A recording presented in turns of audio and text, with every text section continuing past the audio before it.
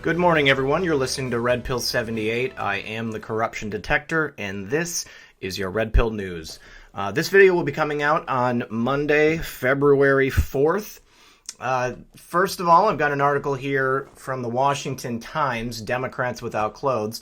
I like this article because it summarizes what I've been talking about for a long time as the reasons for the shutdown and for what the president has been doing. And then there's some other things I'll interject.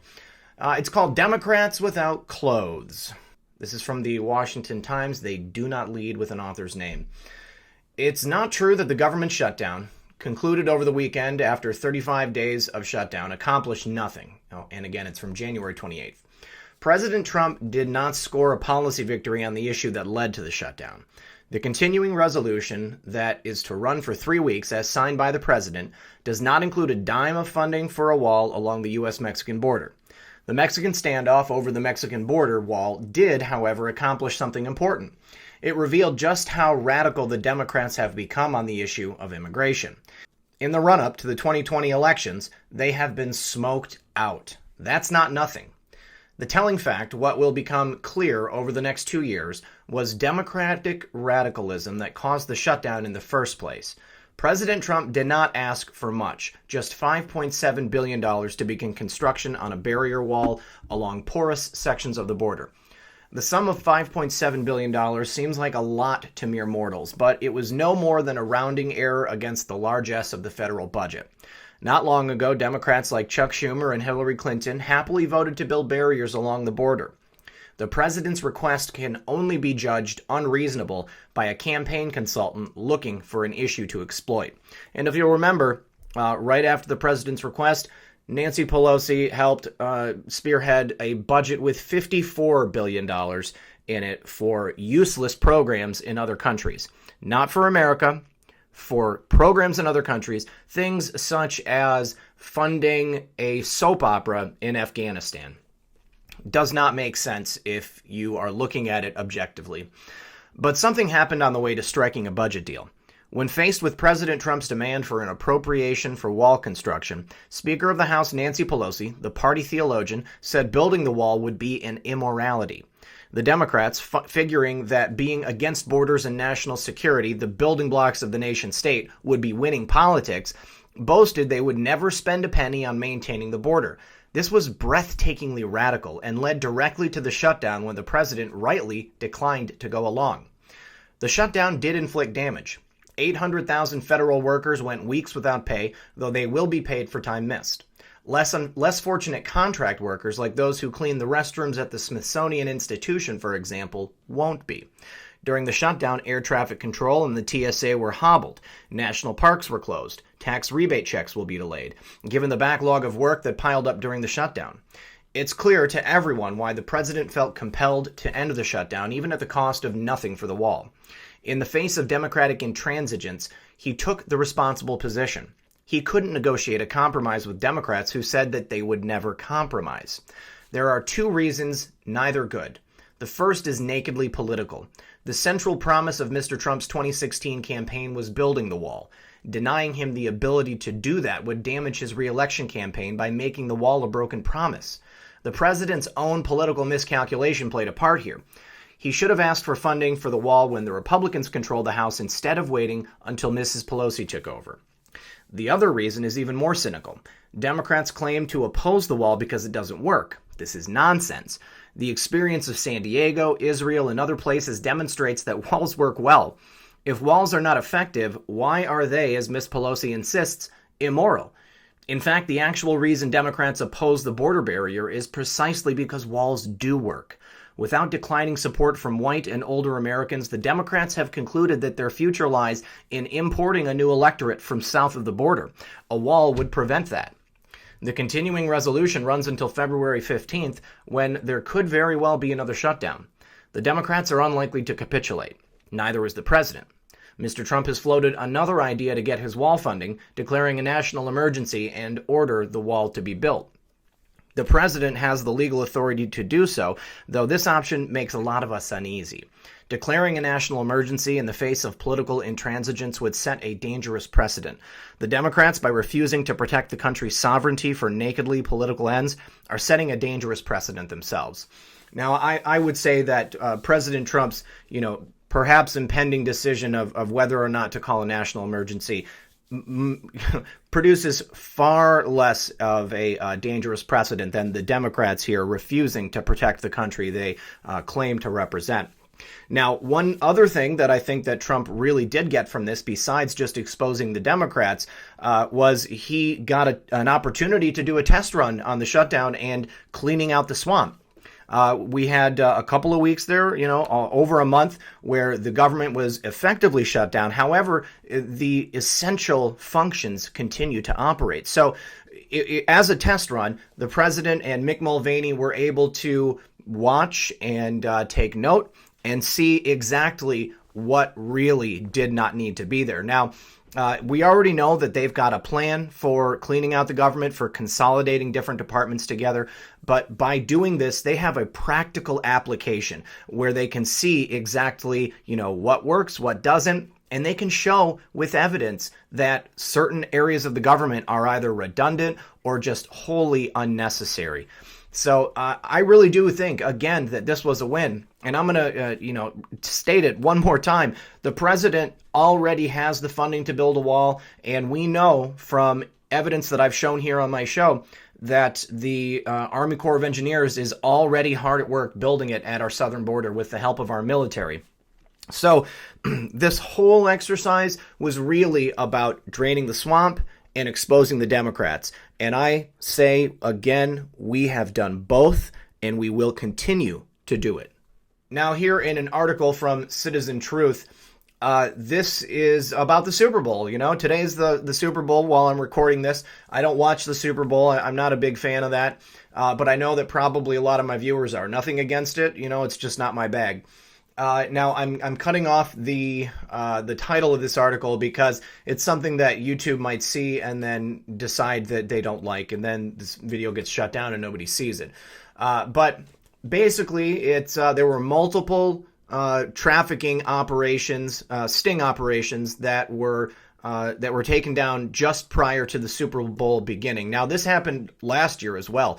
Apparently, around a large sporting event like this, people traveling, coming to some place to spend a lot of money. This is big business for human and child traffickers. And I'm so happy to see that our president is still hard at work, or his administration, the agencies that handle this stuff are hard at work and making sure that we are saving the lives of these poor kids. Law enforcement agencies working on Super Bowl security made 33 arrests and rescued several victims ahead of the Super Bowl Sunday. America's greatest sporting event is likely also America's biggest trafficking event. Football fans flock to the host city from everywhere, and along with the festivities comes human trafficking, as large sporting events can be lucrative for those traffickers. While people have been arriving in Atlanta for the big game on Sunday all week, the Department of Homeland Security and other law enforcement agencies jointly arrested people on these sex trafficking charges this week. The week before, 16 people were arrested in another bowl-related incident thanks to an undercover operation. DHS agents told NBC News that these traffickers are attracted to large sporting events. In fact, for the last several years, authorities have been very aggressive, making campaigns to fight this trafficking in every host city. Last year in Minneapolis, police conducting sting operations arrested nearly 100 men in the 11 days leading up to the game. Most were charged with felonies. Atlanta Police Chief Erica Shields told NBC that security planning began more than 2 years ago.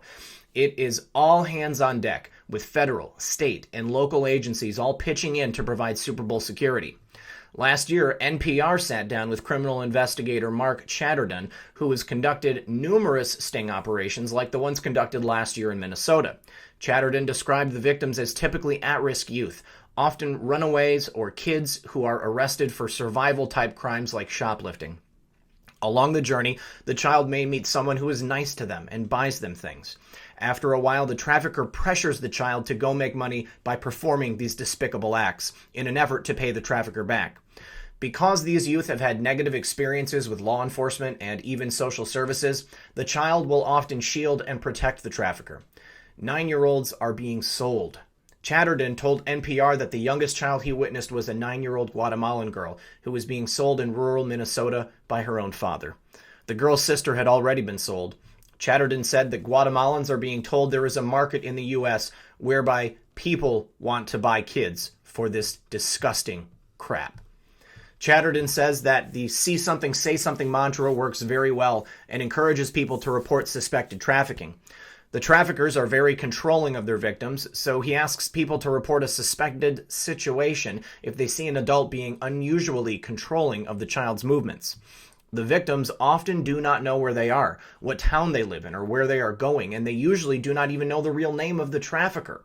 Additionally, victims often carry large amounts of cash, have multiple hotel keys, and multiple cell phones which function as burner phones whereby men make appointments for these children. For sting operations, investigators run online ads through social media sites or classified ad sites, among others. Even ads in the very small towns can have 100 men call. Chatterton says most people would be very surprised by who answers these ads. They are people from all across the community, every age, race, and profession.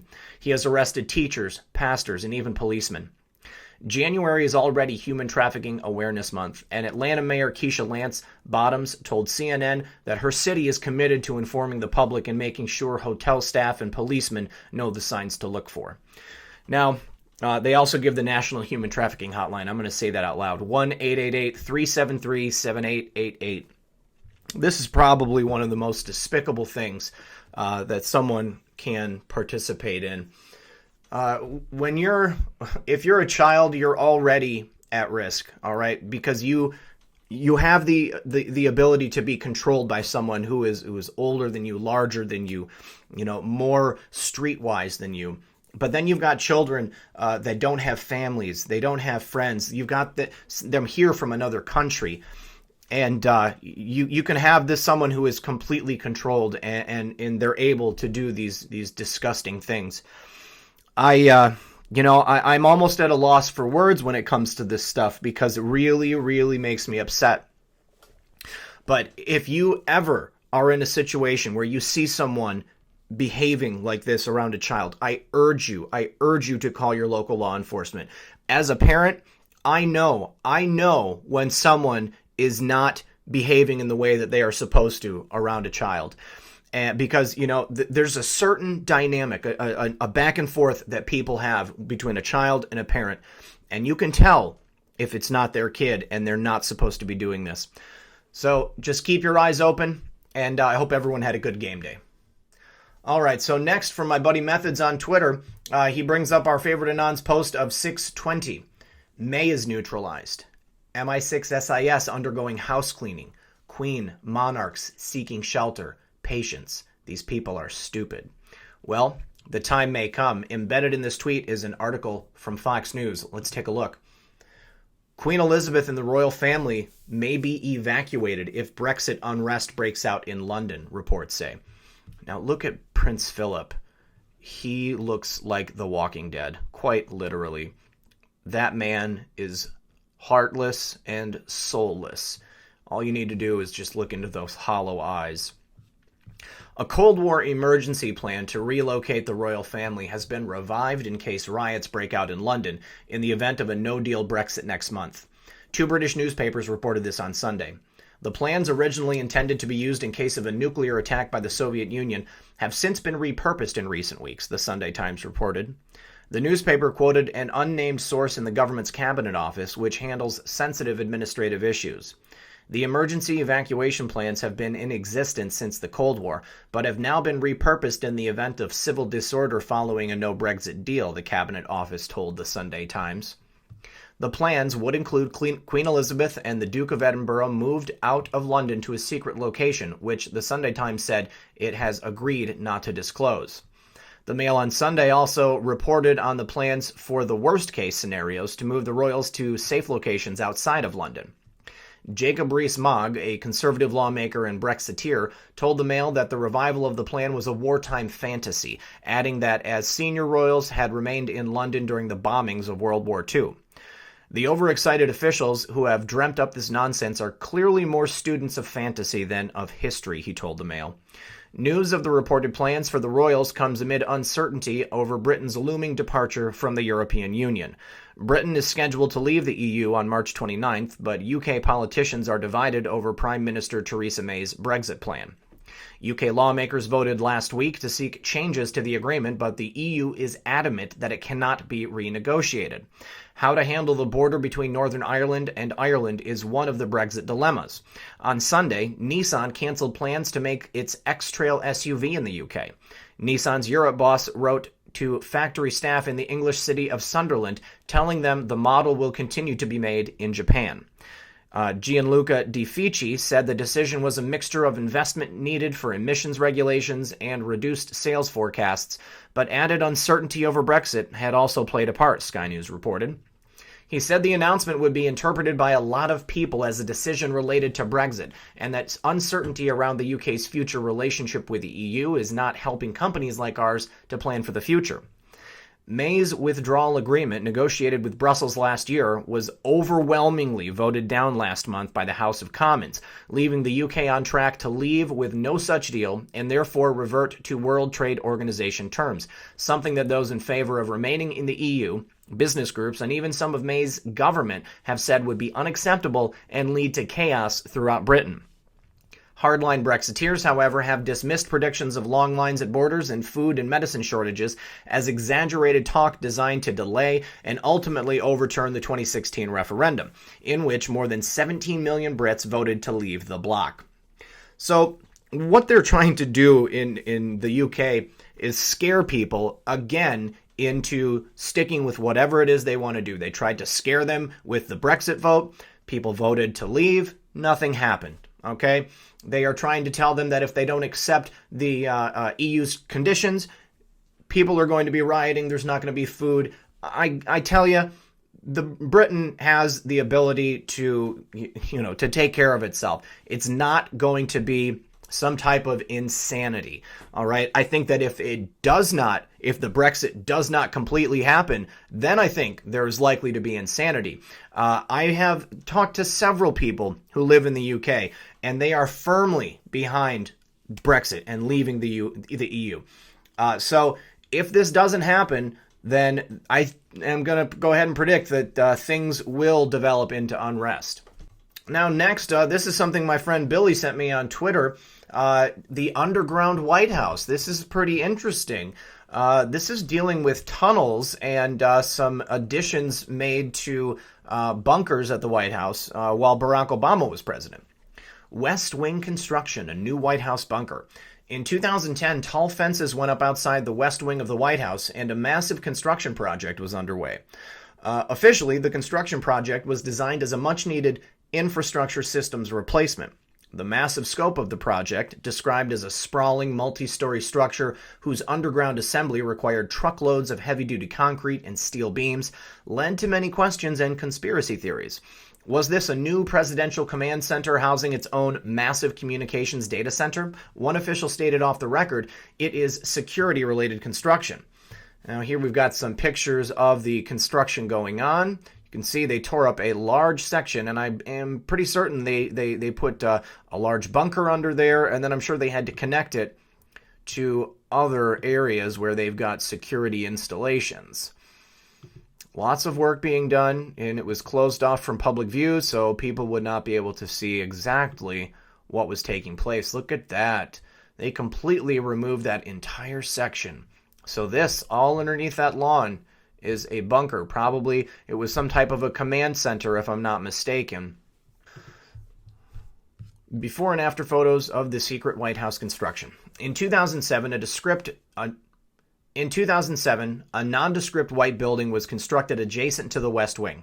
The building is visible in the photo below, located on the far right. During the George W. Bush administration, this mysterious building did not officially exist. No one asked about the sudden arrival of the building, and no explanation were given. That would be it right there. There was some speculation that this temporary building housed a data center with communications equipment. The building was removed at some point during the West Wing construction project, perhaps with its equipment relocated below ground. The first photo below shows the West Wing construction area in 2010 with the secret white building visible above ground. The second photo shows the completed construction area at the end of 2012 with the white building removed. Okay, so there we are. Nope, it's this building over here. There we go. Much larger than that little building right there. Okay, and what is this here? Is that a pool? Looks like it. So that is, that's a fairly large building. Let's take a look here. What do we see? What do we see different? So there is this, is that a walkway or some type of retention wall, barrier? But we can see there's nothing there right there. So that's where that construction went down. And then they built a tree over it to make it look more natural. Work first began on the secret White House underground tunnel system back in 1950 during the Truman administration. The White House was deteriorating and was determined that massive reconstruction was required. President Truman relocated to the nearby Blair House for 3 years while the interior of the White House was completely rebuilt with concrete and steel beams.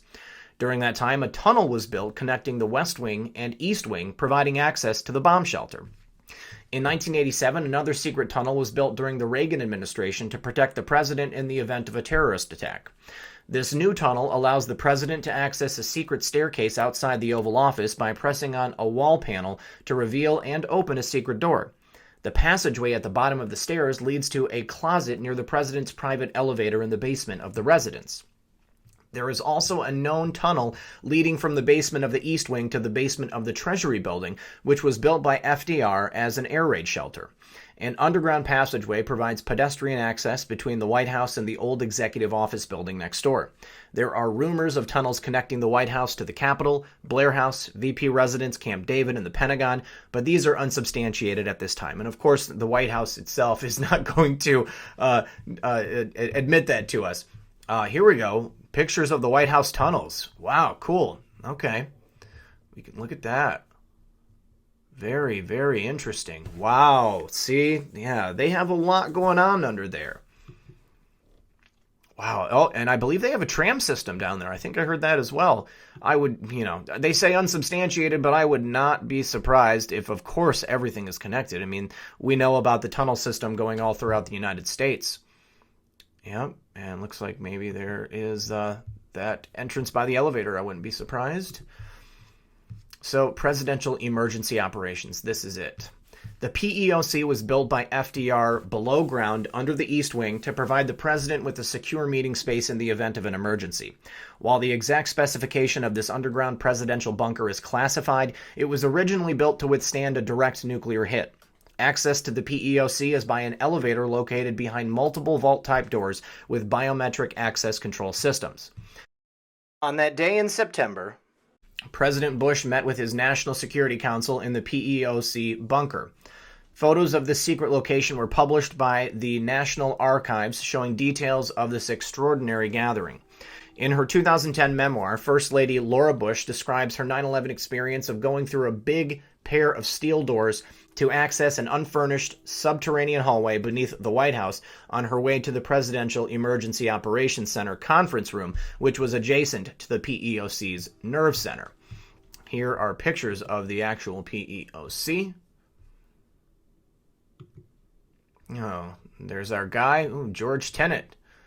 Yeah, look, he looks remarkably calm. Condoleezza. Is that Scooter? That's Scooter Libby. Oh, and there's Tricky Dick Cheney. Also looking remarkably calm for the events that are taking place. He is cold as ice. God. The White House Visitor Access records private, detailed information about visitors to the White House.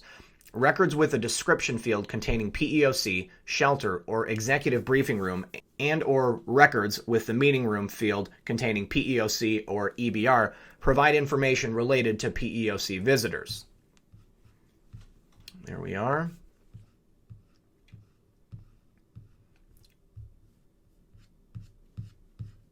And that is all. Very interesting stuff. Nothing revelatory. We knew that this took place, but I just thought it would be interesting to show you guys because me personally, I've never seen pictures of this construction or the information presented here. So very, very, very interesting stuff. Thank you so much, Billy. I appreciate you sending that over. Billy is a great person to follow on Twitter. She's always putting out great stuff. Billy Patterson, her handle on Twitter is @Sophie'sMom1018. Thanks again, Billy. And lastly, I just wanted to touch one more time on the image rather, that was posted on our favorite Anon's board a couple of days ago on the 1st. It had the title sysconfspec.y.jpg. So I had been digging around. We've been talking about it. The earliest that I found this picture online was from October of 2014. So we had established that the original picture was from a bombing raid that took place in Syria.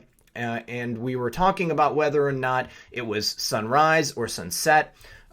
It did take place in the early morning hours. So this is a sunrise. So I was just thinking about the things that our favorite Anon says, the things that we talk about, dark to light was one of them. So this, quite literally, this raid would have been done, as it was dark, becoming light. So could it be that we just had a period of darkness with no posts? Could it be that this picture signifies that some type of operation took place during these days where no posts were made? It has been said before that it was necessary to go offline, to shut down operations here, the interaction with us, the public. So maybe that's what happened, and it would be really cool if that is what happened. Now, while I was editing this video, I remembered that a couple days ago, SpaceShot76 told me that General Flynn had changed his background again. Previously, the sun was at the horizon. We didn't know whether it was sunset or sun up. So here, clearly, it has, gone higher than the horizon. So I'd say that it's probably a good chance that this is the sunrise. Again, another callback to the dark to light phrase. These recent changes that General Flynn has made have also happened quicker than changes he's made to his background in the past, at least as best as I can tell. So this is another thing that really makes me feel like this finale is accelerating. We are getting closer to the end than we have ever been, and I'm very, very excited for what the future holds. Thank you so much, General Flynn. And then lastly, every time that you have a string like this, the title of a picture, you can go to Google Books and you can search with what that says, and you always find something interesting.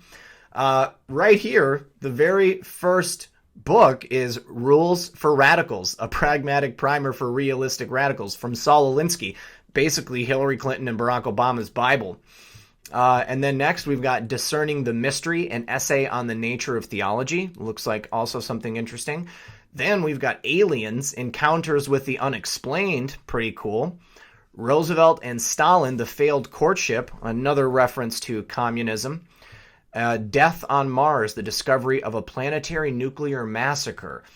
Now, just, spitballing here, but this book is talking about a potential nuclear war that took place on Mars many, many, many years ago.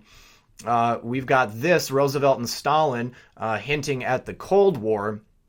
And then, of course, the book by Saul Alinsky, talking about, basically it's a primer showing people how to be a disruptive agent, and it uses socialistic and communistic values to essentially, run a soft coup, which is what Barack Obama and Hillary Clinton and, all of those people involved in that whole operation did. And then, lastly, we've got a message about God, and then a message about Encounters with the Unexplained, aliens. So, and again, aliens on Mars.